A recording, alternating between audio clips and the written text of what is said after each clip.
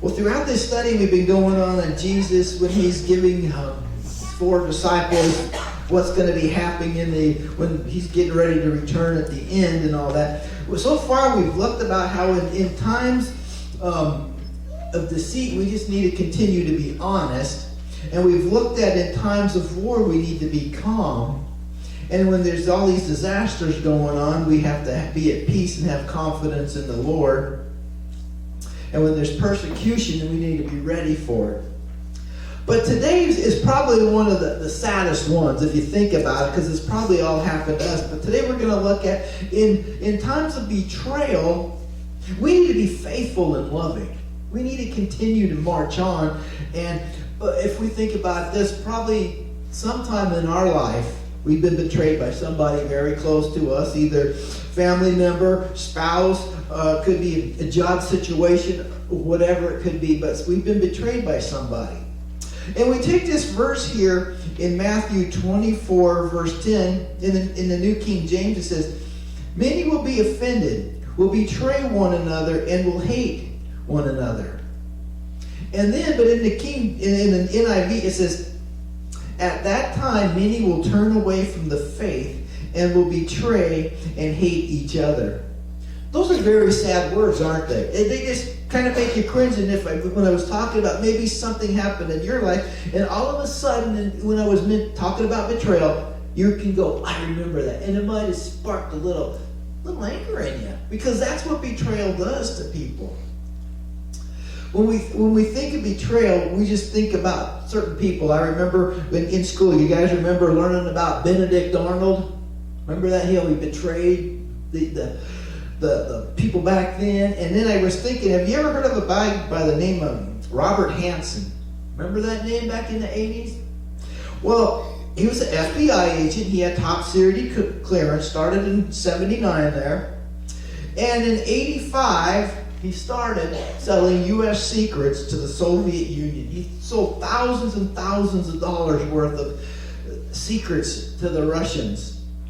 And then finally, he got caught. Guess how long this went on? On February 18, 2001, he got caught. They set him up. They had something going on in a Foxstone Park out there outside the FBI headquarters. And when he got caught, you know what his words were to the people? "What took you so long?" Can you imagine that? He sold countless secrets. He told them about how the U.S. was spying under their embassy and all this other stuff. And he got caught, and that was his last words. "What took you so long?" Betrayal hurts. Betrayal happens around us every single day. It happens at world level, national level. It's in politics. It's in business. But what really hurts is when it comes to us personally, when somebody in our family or very close to us betrays us. What does Jesus have to say for us about this? What are we to look forward to? He tells us that the closer we get to his return, which we all want Jesus to return, right? But we got to put up with this bad stuff until then. And so betrayal, it's one of the few things in life that hurts as much as it does. It's an ongoing pain until you can come to grips with it on this betrayal. It hits us at a strong emotional level. It's pain like we've never felt before. But the problem of betrayal is, before it ever happens, we have to allow that person or people to get close to us. We let down our guard. We begin to trust them. We begin to rely on them. And it's just hard, isn't it? It's the most painful thing a person can put up with in their life, is betrayal. And there's this little quote here I have. "Honestly, I don't know any other pain in life that is worse than that of being betrayed to someone close to you. It changes everything. After such an experience, the world becomes a different place. It becomes a dark, cruel world, not knowing now who you can trust and who you can't trust. And it keeps going. I've been told by people, too, that when they've been betrayed, they have nightmares over it. They dream about it happening over and over again or in different ways. You guys remember Dear Abby? Remember when we all used to get the newspaper and you could read the sports page and Dear Abby? But Dear Abby said one of the number one things, or the number one thing over all her year was discussing with people is some form of betrayal. So it's something that's out there. It's something very common to all of us. Think on it. Think on it. Are you still holding a little resentment from somebody that betrayed you? Every evening, people around the world go to bed with that in their mind, a pain of betrayal. But do you know, before you were ever betrayed, that God was betrayed? Think back in the very creation. Before really the beginning of time, when God created all the angels, what happened? Lucifer betrayed God, took a third of the angels with him, and didn't stop there. It continued. Remember what happened with Adam and Eve? Satan betrayed Adam and Eve. Some will say that Adam betrayed Eve by not standing firm and keeping her away from that Satan. Remember Cain betrayed his brother Abel and killed him? Jacob double-crossed his brother Esau? Joseph was betrayed by his brothers, thrown into that pit, sold into slavery. Delilah betrayed Samson. David betrayed his wife. Then he betrayed his friend Uriah and Bathsheba. And all this stuff goes on. Look at David's life, how he was betrayed by his own son later on. Betrayal's like a snowball when it gets going. You got to put it to an end. And David said in Psalm 55:12, he says, the problem with it is that it is not the enemy, but it is my friend who hurts me. It is the people close, he's saying. It was somebody familiar friend that did all this. His own son. But one of probably the saddest scriptures, like I just said, I read it earlier, but it says, listen to this. Then Satan entered Judas, called Iscariot, one of the 12. And then Judas went to the chief priest and the officers of the temple guard to discuss how he would betray Jesus. That's sad, isn't it? Jesus, the most holy, perfect man, loving and kind, and he was betrayed by one of his own 12. But look at that verse closely. It says, then Satan entered Judas. How did that happen? Judas's heart wasn't right. It wasn't on board 100% with Jesus. He was in love with the money. So there was this gap. And Satan was able to use that. And Satan entered him so he would betray him. And I started thinking about how that happens when people are Christians and they fall away, because this is dealing with the church falling away from one another. But when Satan will take a little thing and he will wiggle his way into your heart, and you will betray people because you weren't 100% on board. You might have a little doubt, but Satan will get in there, and then who knows what will happen. And then you think about Judas's life. Did you know that all four Gospels, Mark 10:4 or 14, Matthew 10:4, Luke 6:16, and John 13, all talk about Judas the betrayer. And you know, Judas is a synonym for betrayal anymore, isn't it? Have you ever met any little boys lately named Judas? No, you haven't. Why? Because it's still 2,000 years later, that name has betrayal attached to it. Jesus, could you imagine this when he's giving this speech to these four men? Before he goes, he's probably looking at the sun setting, thinking, okay, I'm going to be betrayed. And he still went through with it, didn't he? And he tells us it's going to happen more and more. But within this verse here that we read, it says, Jesus will, then there will be many offended and betrayed one another, and others, everyone will be hating each other. But that word there in the NIV for offense is many will turn away. Christian people are going to start turning away from the faith because they have some kind of a question not answered. And this has to do with somebody stumbling or tripping or falling. And I know we've all taken walks and we've tripped over a piece of concrete or maybe a root or something that was growing, but we've all tripped and stumbled. And this has the idea of Satan getting into people, setting a trap so they will continue to fall. I don't know about that, but when I think of ever letting Satan get into my heart, that just is scary, isn't it? Doesn't it scare you to think about how he did that to Judas and how he can still do that today when we turn our back on God? And this is kind of a thing where these so-called Christians are going to church, they're acting like good Christians, but they're not really on board, and it just happens. Satan gets in there, becomes alive and well when people fall. This can happen when preachers start preaching.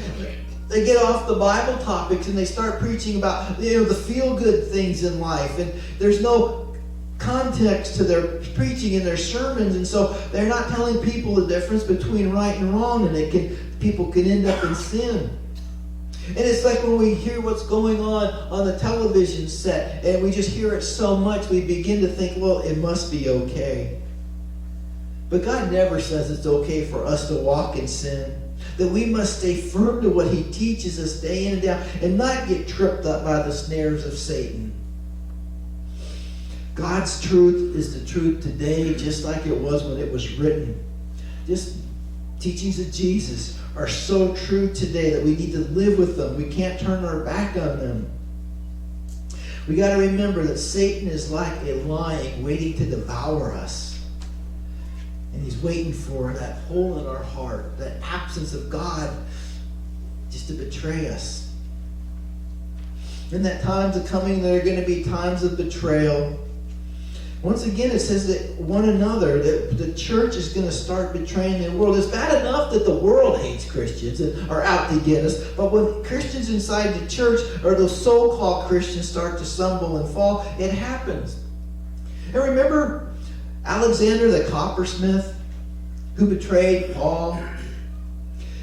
They believe, scholars will talk about how in the beginning of 1 Timothy, where Paul had to go, he went into the Ephesian church and he had to call some people out for what was going on, and they believed that Alexander was in that group, and it says in the text that Jesus told you can't be part of the church with what you're doing and what you're preaching and teaching people and the way you are living. And they believed that by the time 2 Timothy was written, and at the very end of it, when Paul talks about how Alexander has hurt him so deeply and caused him such pain, and how he turned him over to the Roman authorities, they believed that he betrayed him by telling the Roman authorities where Paul was, and so he was arrested. Could you imagine that? Being the one who was just mad at Paul for teaching the truth, and now he asked you to leave the church, and now you are turning him in, and where he's going to end up dying because of what you did. But we're going to get to this part later on, but when you read the end of 2 Timothy, it talks about this. Alexander the coppersmith did me much harm. May the Lord repay him according to his words. And then it says at the very end of this, may it not be charged against him. See Paul forgiving? See Paul forgiving right then and there? It's kind of a wonderful thought to think about how Paul was able to forgive. All this is going to start getting worse and worse within inside the church. There's nothing we can do about it. It's just what God has said is going to happen. So we just have to remember to stand firm when it comes to betrayal. The next thing it talks about there is how people are going to start hating one another. Hatred isn't new in the gospel, is it? It's been going on. People hated Jesus for changing the world, for changing them, to getting them out of their worshiping of the idols in the temples and all that. And you think about how much we love our Bible. Have you ever heard of John Wycliffe and how that all happened with him and how he ended up dying? And I started going a little more thinking on this, but back then when he came out with the English Bible, before they were they were in the Latin. But before that, they had the Greek and the Hebrew and the Aramaic, and it wasn't till about 2000 to 200 to 300 AD after Christ's death when they combined all the scriptures. And then under Jerome, they put it into Latin. And so I'm wondering, all these people that knew the Greek and the Aramaic, I wonder if they were complaining about Jerome putting it into Latin. But then with Wycliffe in 1380, being an Oxford grad, working, in the school, he starts making an English version of the Bible. And the church went into an uproar. Pope Gregory the 11th had 18 different charges brought against him, because they did not believe that the common person should be able to read the scriptures. They went as far as saying that the English version of the Bible was vulgar. He said, now the women can read the Bible. Now the people that are uneducated can read the Bible. And it's just like, what's going on here? They're comment here. This is a good one. So the pearls of the gospel are now scattered and trampled on under the feet of swine. The Pope is basically saying the average person that doesn't understand Latin is a pig. What words? But Wycliffe continued. He continued to write and explain the gospel in English. And he was arrested many times. And before he was burned at the stake, he died of natural causes.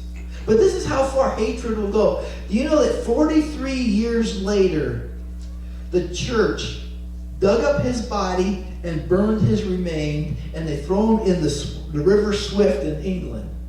That's how hatred can act in a people's heart. 43 years later, they hated this man because he put the Bible into English. And I think about how sometimes when we do good works, some people resent that.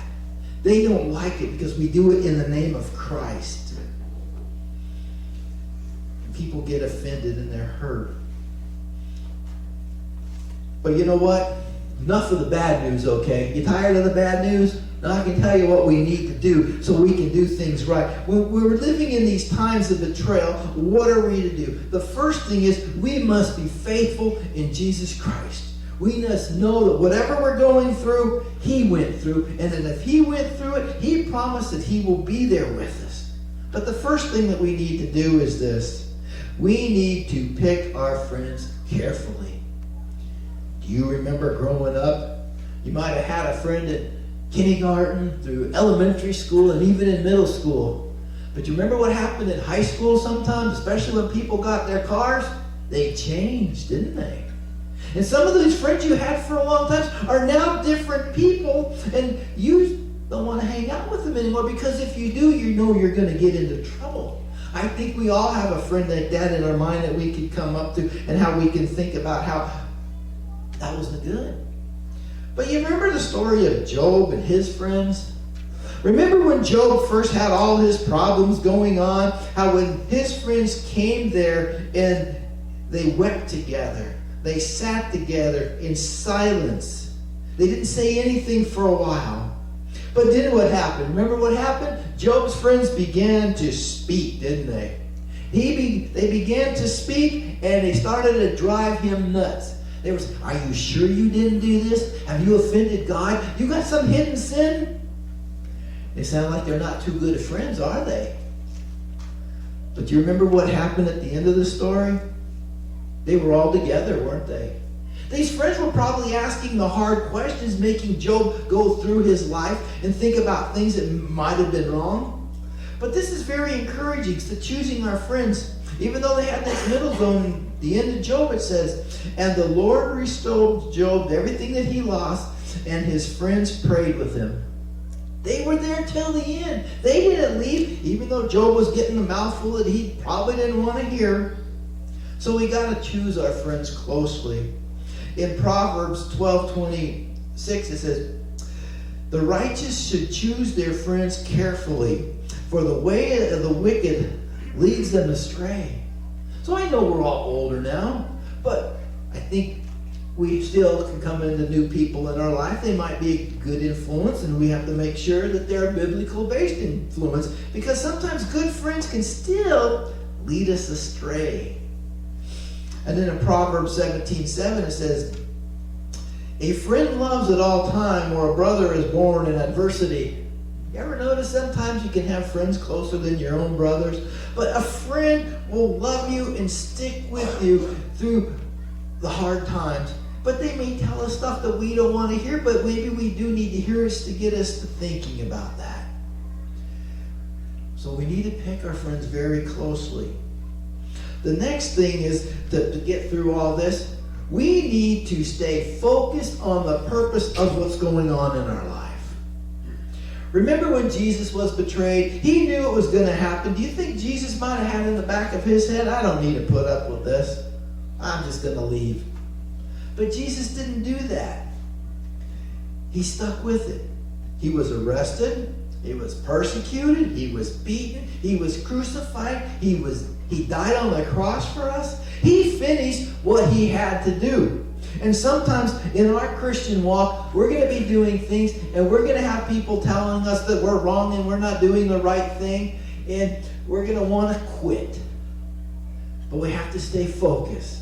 And I think of betrayal like within a family. And I remember hearing so many things what James Dobson used to talk about when somebody in the family messes up, husband or a wife, and they have that problem. They need to work it out. They need to stay married. They do not need to get divorced, because when people get divorced from stuff happening on, it creates a snowball, because all of a sudden now this family that's been sticking together for centuries and stuff, and now the good name, there gets a divorce in that family, and then everybody says, oh, it's okay to get divorced. Isn't that the attitude today? Remember back in the 50s and stuff? Well, I don't remember the 50s, but I've done some reading. It talks about how divorce was taboo. People would stick with it. They would work things out, and they would pray that God would heal the broken heart. But when people just throw in the towel now, in families just continue to fall apart.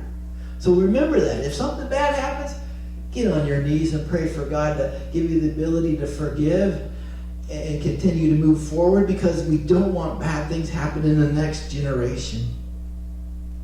We need to continue to be loyal. We need to be loyal to the people in our lives. If we say something, we need to stick with it. And if you think about it, loyalty isn't a strong word anymore. Here's a good example for you sports guys. What team did Roger Staubach play for? Cowboys, right? You know that. What about Terry Bradshaw? The Steelers, right? Okay, here's one for you guys. Bart Starr. Okay. But what about this guy? Brett Favre. Played for the Packers. But then who else? He went to the Jets. And then he went to the Arch Bible, the Vikings. What about Tom Brady? All those years doing so good in the Patriots. And then he jumped ship. Yeah, think about, where's the loyalty? Do they need any more money than they had? I don't think so. But it's just kind of like they chase the money. But people need to be, I know that's just an example, but we need to be loyal to people in our lives. We need to be trustworthy. We need to be the one standing firm. We need to be that one that goes the extra mile when they're hurting. We need to be there, that friend in the time of need. And then the next thing we need to do, you ready for this one? This is a tough one. We need to do good to those who hate us, to those that are just plain miserable, rotten people that dislike us. We just need to love on them. And so I did enough talking on this, but I'm going to read some scripture so you can put it in your head. Proverbs 25. It says there, if your enemy is hungry, give him some bread. If he is thirsty, give him some water to drink. And then by doing so, he's going to put some heaps of coals on his head, and the Lord will reward you. Now, that's not really a negative thing, because this is an Egyptian thing, but what it is doing is he's thinking about it. Why is this guy nice to me? Why is he still nice to me? And it's just like, and when you think about why people can be nice to you, it's going to might be drive you crazy, especially if you might be mean-tempered. And then in Matthew, you've heard it said that you shall love your neighbor and hate your enemy, but you must love your enemy and bless those who curse you. Do good Do good to those who hate you, and pray for those who persecute you and despise you. Doesn't Jesus make the gospel tough? But let me tell you this. When you're able to do this, it's going to give you peace. And it may not seem like it when you're first doing it, but if you continue to pray about it, ask God to give you the ability to forgive people that hurt you, and the ones who betray you, and other things, it works out. We got to pray for those people that dislike us. Here's one. Here's a little story. I remember last week I was talking about that the founder of the Voice of the Martyrs magazine, Richard Wurmbrand. He was from Romania. He was a Lutheran priest out there, and he was in prison because he was betrayed for the underground church in Romania, and he was betrayed by a friend. And then years later, he was with another associate, and they were walking down the street, and he introduced the guy he was with to this guy, and then the guy goes to him, "Pastor, wasn't that the same name of the person that turned you in?" He said, "Yes, we all make mistakes." That's the attitude we need to make.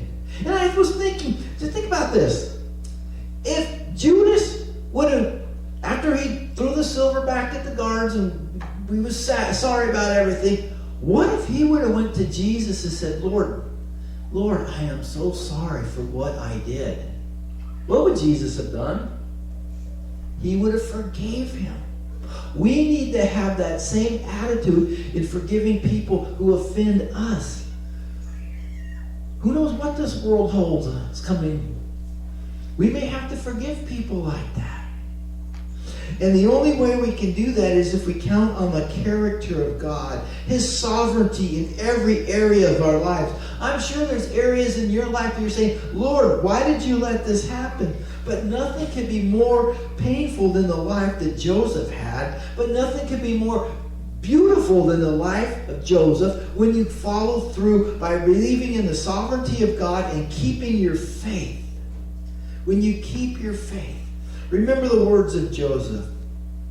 He's talking to his brothers. "Do not be afraid, for I am in the palace of God.